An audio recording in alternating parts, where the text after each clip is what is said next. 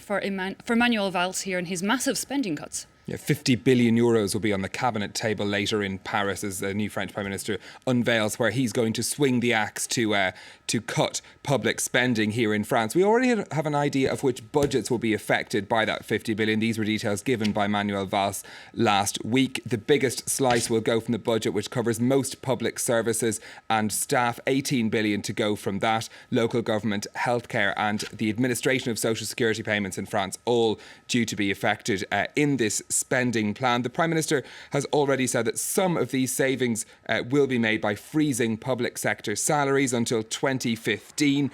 The majority of social security payments will also be frozen until October of next year, something that's drawn quite a lot of criticism from within Manuel Valls' own party, as you might imagine. A group of deputies have formed the high-powered Finance Commission, have come up with alternative plans to try to make those cuts easier on the French people, including pensioners on low incomes, particularly concerned about them. Their plans include delaying some of the tax cuts to businesses, which are part of François Hollande's plan to help the French economy and to create jobs, or also limiting them to smaller companies until 2016. So plenty up for discussion. We're hoping to get more details from the French Prime Minister later. OK, some tough but necessary cuts they are, Stephen. Yes, France has to bring down its budget deficit to under 3% by the end of next year. That is the European rule that they have to adhere to, and they have said that they will. Now, it's hoping to do that by this plan to cut taxes for businesses. It'll be able to help jobs growth and reduce the deficit that way. But at this point, anyway, the target looks quite difficult to meet.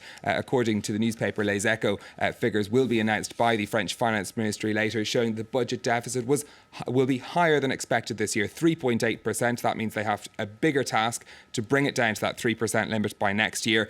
50 billion, no small amount to the French economy. It's more than how much they spend on education every year. It's also more than how much they spend on servicing their debt every year. So really a big slice to be taken out of the economy. And we'll find out more about that later. Gosh, yeah, one to watch for sure. Now we're going to move on to the pharmaceutical sector, which comes up almost every day, and there's even bigger deals on the horizon. Yeah, we were talking yesterday about this multi-billion-dollar deals between the Swiss firm Novartis and its British rival GlaxoSmithKline. Those major moves in the sector may be just the tip of the iceberg, though, as firms seek to consolidate their business in face of, among other factors, competition from generic rivals. Delano D'Souza has the story. It's a billion-dollar deal that the pharmaceutical industry had eagerly been awaiting. On Tuesday, Switzerland's Novartis announced a commercial tie-up with British rival GlaxoSmithKline. Novartis will get a hold of GSK's cancer drug business for $16 billion. Meanwhile, Novartis will sell its vaccine business for $7 billion. Novartis will also sell its animal health unit to US-based Eli Lilly for around $5 billion. Analysts say this deal could indicate the global economy is picking up. Consumer spending is now starting to improve, conditions in the market are better, and retail spending is also up. So it certainly suggests that management seems to feel like the environment is far more, it's in a better situation, and they're a lot more optimistic about the health of the global economy. Global drug companies have been caught up in a takeover storm. US-based Pfizer is rumoured to have bid an eye-popping $100 billion for Britain's AstraZeneca. Canada's Valeant is also rumoured to have tried to get its hands on Botox maker Allergan for $50 billion. Industry experts predict a flurry of takeover activity is on the way. They say combining companies will reduce difficulties in creating new products. It will also help reduce threats related with healthcare spending cuts and the rise of generic competition.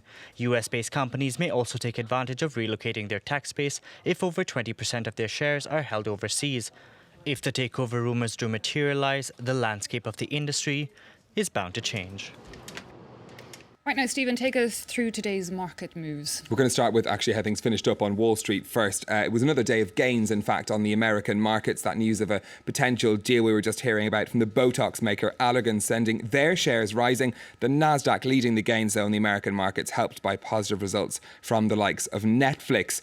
In Asia today, a HSBC survey of China's manufacturing sector showing a slight improvement there in April, but still indicating a sector that's shrinking. You can see the market's not terribly impressed by that. The Hang Seng in Hong Kong and the Shanghai Composite trading in the red. Over in Japan, the Japanese railway and hotels giant Cebu Holdings back on the stock exchange after 10 years after their shares were delisted following an accounting scandal. A good first day for them. Their shares up 5.4% in trading this morning.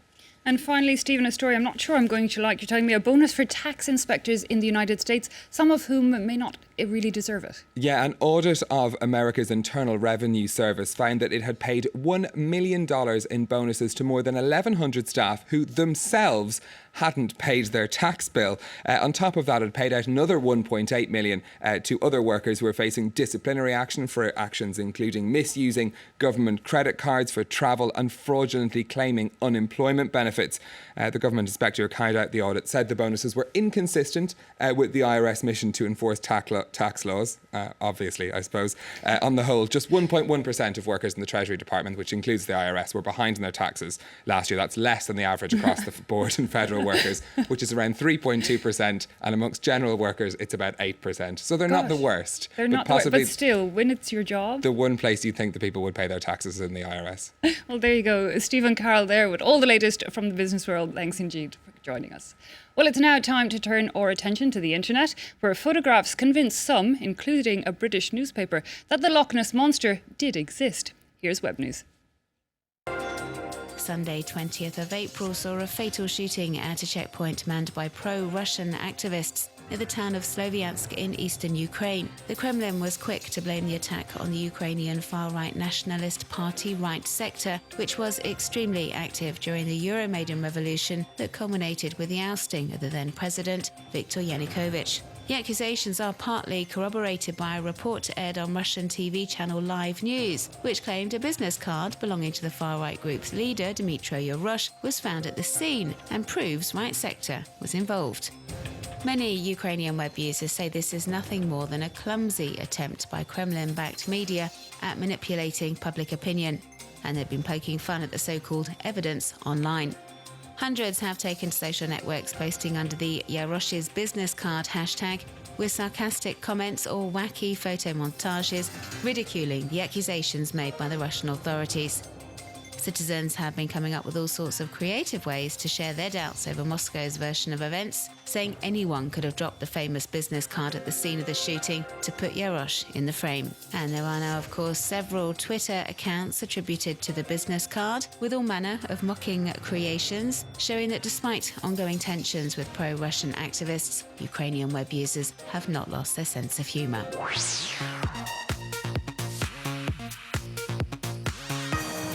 Baggage handlers dropping items from a several-metre-high movable stairway down into a cargo bin. An Air Canada passenger filmed this scene at Toronto's Pearson International Airport, and the video has been viewed some 1 million times since being posted to YouTube last Thursday, drawing fury on social media. Shocked to see baggage handled so carelessly, web users have been posting outraged reactions to what they saw in the video.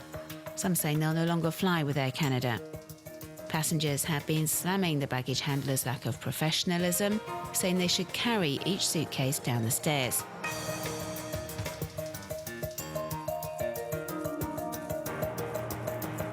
Air Canada has posted a statement to Facebook apologising for what they call the unacceptable way passengers' luggage was handled.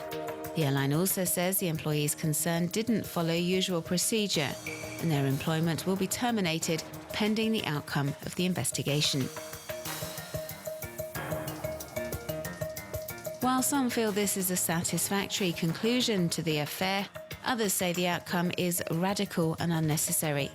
Some web users are defending the baggage handlers, saying they shouldn't lose their job, as the airline is to blame for not providing them with adequate resources to move the items quickly and safely.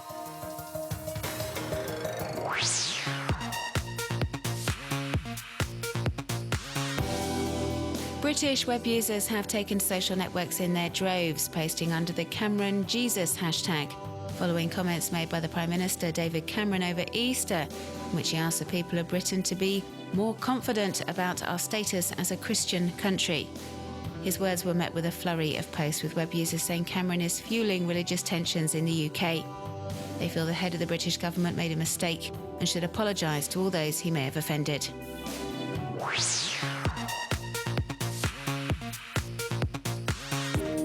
Do we finally have evidence that the Loch Ness Monster actually exists? Ever since these satellite images claiming to show the silhouette of a creature moving through the water were posted online, web users have been wondering.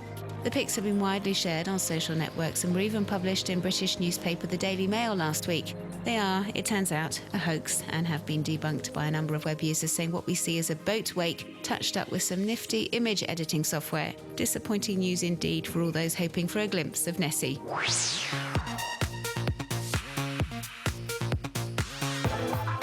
Two dog owners from Finland decided to deck out their chihuahuas Timmy and Niku in flowers, turbans and various pieces of material to make them look like medieval paintings.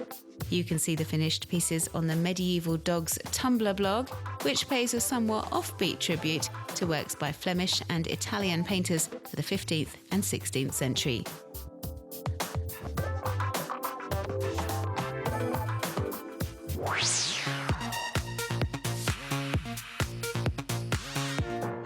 This time-lapse video was put together by Taiwanese photographer Stan Chung and is a compilation of some of his favourite moments and landscapes shared with his family during their 2-year trip around Europe. The video, Magical Europe, is available to view on sharing site Vimeo and takes us on a beautiful journey across 30 or so countries. Enjoy.